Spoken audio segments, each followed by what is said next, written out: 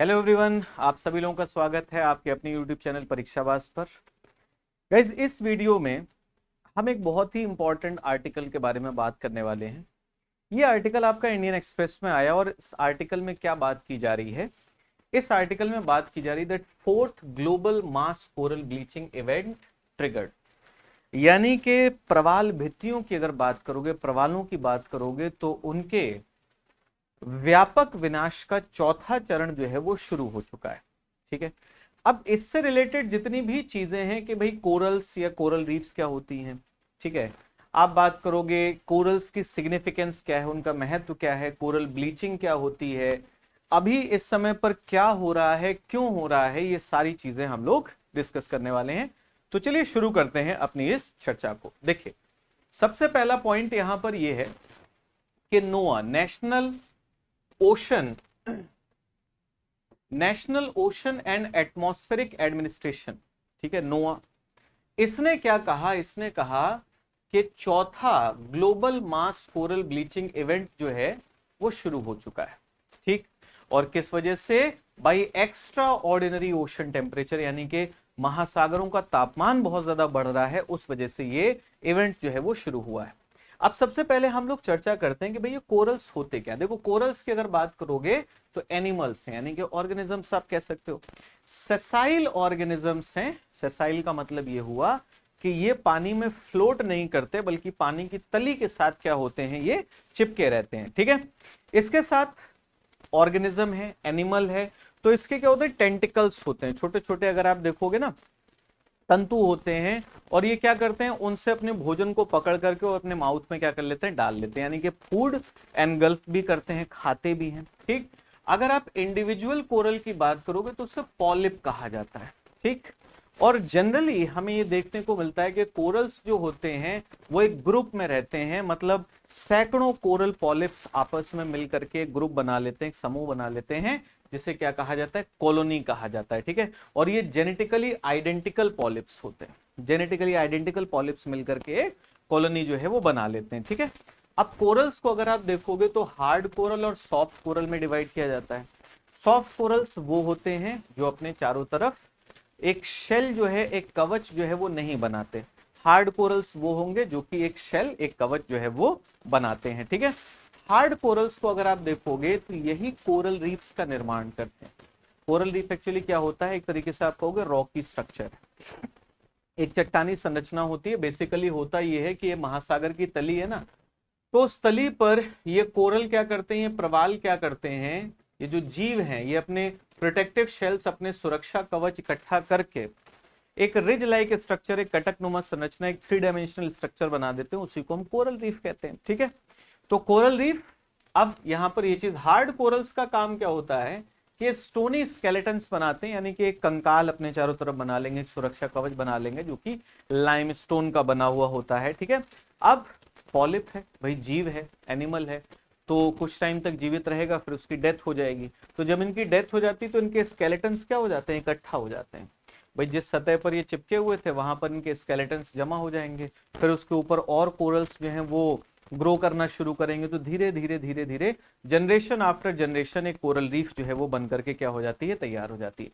अब आते हैं कि कोरल्स की सिग्निफिकेंस क्या है। भाई आप ये बोल सकते हो ना कि हम इतनी जो बात कर रहे हैं कि कोरल समाप्त हो रहे हैं, तो why we are so concern, अगर ये समाप्त हो भी जाएंगे सो व्हाट? तो इनकी इंपॉर्टेंस क्या है, सिग्निफिकेंस ये है कि अगर आप कोरल रीफ्स की बात करोगे ना, तो कोरल रीफ्स को एक नाम दिया जाता है, इनको कहते हैं रेन फॉरेस्ट ऑफ ओशंस। क्या कहते हैं? रेन फॉरेस्ट ऑफ ओशंस कहा जाता है, महासागरों का वर्षा वन कहते हैं। क्यों? क्योंकि ये बायोडाइवर्सिटी के पॉइंट ऑफ व्यू से बहुत ही ज्यादा इंपॉर्टेंट है। अगर आप कोरल रीफ्स की बात करोगे तो हजारों प्रजातियां जो हैं वो यहां पर देखने को मिलती हैं।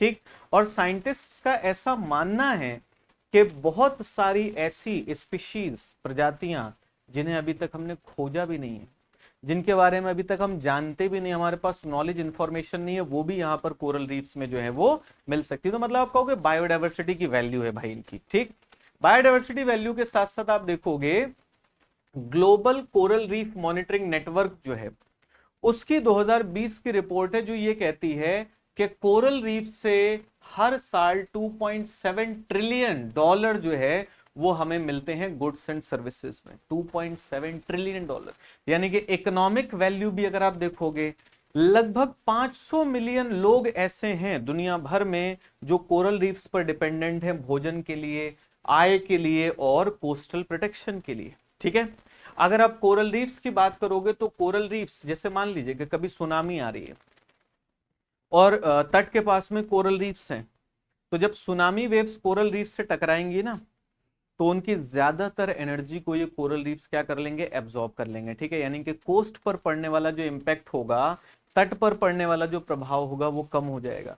या फिर आप नॉर्मल वेव्स की भी बात करोगे, जो सामान्य रूप से लहरें आती रहती हैं हवा की वजह से, उनकी भी 97% एनर्जी को ये एब्जॉर्ब कर लेते हैं, जिससे कि कोस्टल लैंड का जो इरोजन है, जो अपरदन है, उसे ये कम कर सकते हैं। तो ये सबकी क्या हो गई, सिग्निफिकेंस हो गई। अब आते हैं कि कोरल ब्लीचिंग क्या है। देखो, ज्यादातर कोरल्स के अंदर एक ब्लू ग्रीन एल्गी होता है जिसे कहते हैं जूजेंथली। ठीक है, अब ये जूजेंथली और कोरल जो है वो एक सिम्बायोटिक रिलेशन में रहते हैं, सहजीविता का संबंध होता है। सहजीविता मतलब इसे कहते हैं प्लस प्लस, यानी कि ये ऐसा संबंध होगा जो दोनों जीवों के लिए कैसा होगा, फायदेमंद होगा। अगर ये दोनों जीव एक दूसरे के साथ रहते हैं तो एक दूसरे से इनको क्या होता है, फायदा होता है। ठीक है, अब कोरल जूजेंथली को यानी कि शैवाल को क्या प्रोवाइड करता है भाई, ये जूजेंथली कोरल के टिश्यू में रहता है, तो उसे रहने के लिए एक सुरक्षित वातावरण दे रहा है कि आराम से आप यहां पर रहिए, कोई दिक्कत वाली बात नहीं। जूजेंथली क्योंकि एल्गी है, शैवाल है, फोटोसिंथेसिस करेगा, प्रकाश संश्लेषण करेगा, तो ये ऑक्सीजन और भोजन यानी कि फूड किसे प्रोवाइड करेगा, कोरल पॉलिप को प्रोवाइड करेगा। ठीक है, जिससे कि मतलब आप कहोगे कोरल की ग्रोथ एंड डेवलपमेंट में हेल्प होगी। ठीक, इसके अलावा ये जो एल्गी होते हैं ये कोरल्स को उनका कलर भी देते हैं। अगर आप कभी भी कोरल्स को देखोगे ना तो वो रंग बिरंगे कलर के आपको दिखाई देंगे, तो उनका जो रंग होता है वो किसकी वजह से होता है, जूजेंथली की वजह से होता है। अब बात ये है कि कोरल्स की अगर बात की जाए या कोरल रीफ्स की अगर बात की जाए, तो कोरल्स जो होते हैं वो बहुत ही ज्यादा सेंसिटिव होते हैं, बहुत ही ज्यादा संवेदनशील होते हैं। ठीक है, चाहे आप पानी की गहराई की बात करिए, या फिर आप टेम्परेचर की बात करिए, सैलिनिटी की बात करिए, या पानी के अंदर सेडिमेंट्स की अमाउंट, अवसादों की मात्रा की बात करिए, पॉल्यूशन लेवल की बात करिए, इन सभी चीजों को लेकर के कोरल्स जो होते हैं बहुत ही ज्यादा सेंसिटिव होते हैं। और अगर थोड़ा बहुत भी चेंज होगा ना, मतलब जितना इनको चीजें चाहिए अगर उससे थोड़ा बहुत भी बढ़ जाएंगी तो ये दिक्कत में आ जाते हैं, समझे। अब दिक्कत में होने पर होता क्या है कि जैसे ही मान लो तापमान, भाई कोरल को जो तापमान चाहिए, मान ली 21 डिग्री सेल्सियस टेम्परेचर चाहिए उसको, अब टेम्परेचर बढ़ गया तो टेम्परेचर जैसे ही बढ़ेगा ना, ये जो कोरल पॉलिप है ये तनाव में आ जाए, टेंशन में आ जाता है बेचारा, और जैसे ही टेंशन में आएगा ये जूजेंथली को भगा देता है कि आप भाग जाइए यहाँ से, समझे, उसको एक्सपेल कर देता है। और जैसे ही एक्सपेल करेगा, जूजेंथली की वजह से रंग था, कलर तो उसी की वजह से था ना, जैसे उसको हटाएगा इसका रंग क्या हो जाएगा, सफेद हो जाएगा, उसी कहते हैं ब्लीचिंग। तो क्या कह दोगे, कोरल ब्लीचिंग कह देंगे। अब देखो कोरल ब्लीचिंग का मतलब ये नहीं होता कि जैसे ही कोरल ब्लीचिंग हुआ तुरंत कोरल जो है वो मर गया, नहीं। कोरल ब्लीचिंग का मतलब ये हुआ कि कुक भाग गया भाई, है ना, ऑक्सीजन देने वाला, भोजन देने वाला भाग गया, उसको हटा दिया गया है। अब उसको हटा दिया गया तो बिल्कुल ठीक है कि इंस्टेंट डेथ नहीं होगी, तुरंत मृत्यु नहीं हो जाएगी, लेकिन हाँ ये चीज जरूर है कि ऑक्सीजन अगर कम मिलेगी, भोजन कम मिलेगा, तो उससे कोरल का जो ग्रोथ एंड डेवलपमेंट है, ठीक है, उसका आप कहोगे जो एक तरीके से इम्यूनिटी है, रिप्रोडक्शन है, ठीक है, इन सब चीजों पर उसका क्या देखने को मिलेगा, प्रभाव देखने को मिलेगा। ठीक, हाँ, अगर ब्लीचिंग बहुत ज्यादा सीवियर नहीं है, बहुत ज्यादा ब्लीचिंग नहीं हुई है, बहुत लंबे टाइम तक ब्लीचिंग नहीं हुई है, तो कोरल्स जो है वो रिकवर कर सकते हैं, फिर से ठीक हो सकता है। ठीक है, लेकिन अगर कोरल ब्लीचिंग लंबे टाइम तक परसिस्ट कर जाती है कि कुक जो है वो काफी टाइम तक आया ही नहीं वापस, तो उस चक्कर में फिर क्या होगा, कोरल की क्या हो जाएगी, डेथ हो जाएगी। ठीक, अब कोरल मास ब्लीचिंग की जब आप बात करते हो ना, global mass bleaching of coral reefs, ये तब होती है जब Atlantic Ocean, Indian Ocean, Pacific Ocean, इन सभी जगहों पर आप देखोगे कि कोरल्स की बहुत ही ज्यादा ब्लीचिंग हो रही है। मतलब हर जगह से आपको रिपोर्ट मिल रही हो कि भैया देखो कोरल्स की ब्लीचिंग बहुत ज्यादा तेजी से हो रही है, तो उससे आप क्या कह दोगे, ग्लोबल मास ब्लीचिंग इवेंट है फिर वो। ठीक है, अब देखो सबसे पहला इवेंट कब हुआ था, 1998 में, जब 20% कोरल्स जो थे वर्ल्ड के उनकी ब्लीचिंग हुई, वो भी हीट स्ट्रेस की वजह से हुआ था, तापमान की वजह से हुआ था। अगले दो देखोगे तो दूसरा हुआ 2010 में 35% कोरल्स जो है प्रभावित हुए। तीसरा हुआ था 2014 से 2017 के बीच में, इस टाइम पर 56% कोरल रीफ्स जो है वो प्रभावित हुए थे। ठीक, अब देखो हेल्दी कोरल अगर है तो हेल्दी कोरल में आपको क्या मिलेगा भाई, कोरल के टिश्यू के अंदर जूजेंथली रहेगा, कोरल हरा भरा रहेगा, रंग बिरंगा उसका कलर आपको दिखाई देगा, स्वस्थ होगा। ठीक, जैसे ही स्ट्रेस होगा, जैसे ही किसी प्रकार का तनाव होगा, कोरल क्या करेगा, जूजेंथली को हटा देगा। और ब्लीचिंग का मतलब यह है कि कोरल जो है उसको भगा देता है, जूजेंथली को हटा देता है, कोरल का रंग कैसा हो जाता है, सफेद हो जाता है। अभी क्या हो रहा है, इस टाइम पर क्या हो रहा है, लगभग 54 देशों ने, ठीक है, लगभग 54 देशों ने, जिसमें यूएस है, सऊदी अरेबिया है, फिजी, इन सब ने ब्लीचिंग कंफर्म की है। यानी कि दुनिया के लगभग 54 देशों ने बताया है कि भाई देखो इस टाइम पर कोरल्स की क्या हो रही है, ब्लीचिंग हो रही है।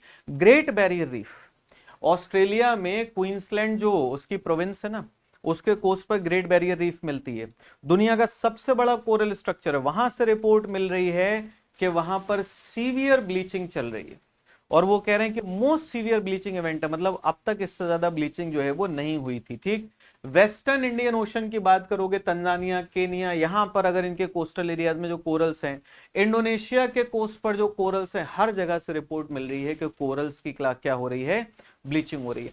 दुनिया के लगभग 54% कोरल्स जो हैं वो ब्लीचिंग एक्सपीरियंस कर रहे हैं, और किस वजह से, हीट स्ट्रेस की वजह से। ठीक है, ये पिछले 1 साल से मिल रहा है, और ये जो परसेंटेज है ये 1% पर वीक के हिसाब से बढ़ रहा है, यानी कि हर बढ़ते वीक के साथ ये परसेंटेज जो है वो इंक्रीज हो रहा है। ये देखिए कोरल ट्रायंगल है, कभी भी आपसे पूछे ना कोरल ट्रायंगल, तो इसमें Malaysia, Philippines, Indonesia, Timor Leste, Papua New Guinea, Solomon island, ठीक है, इन सबको अगर आप इस तरीके से कनेक्ट कर लोगे तो ये आपका क्या बन जाता है, कोरल ट्रायंगल बन जाता है। ठीक है, कोरल ट्रायंगल याद रखिएगा, दुनिया के लगभग 76% कोरल स्पीशीज जो हैं वो यहीं पर देखने को मिलते हैं। अब बात आती है कि ऐसा हो क्यों रहा है। देखिए कोरल ब्लीचिंग होने के रीजंस कई सारे हो सकते हैं, कई सारे कारण हो सकते हैं, लेकिन इस टाइम पर अगर आप देखोगे ऐसा इसलिए हो रहा है क्योंकि जो हमारे ओशंस हैं, जो महासागर हैं, वो गर्म हो रहे हैं, उनका तापमान बहुत ज्यादा बढ़ रहा है। अगर हम मार्च 2023 से देखें तो जो एवरेज सी सरफेस टेम्परेचर है वो एबनॉर्मली हाई बना हुआ है।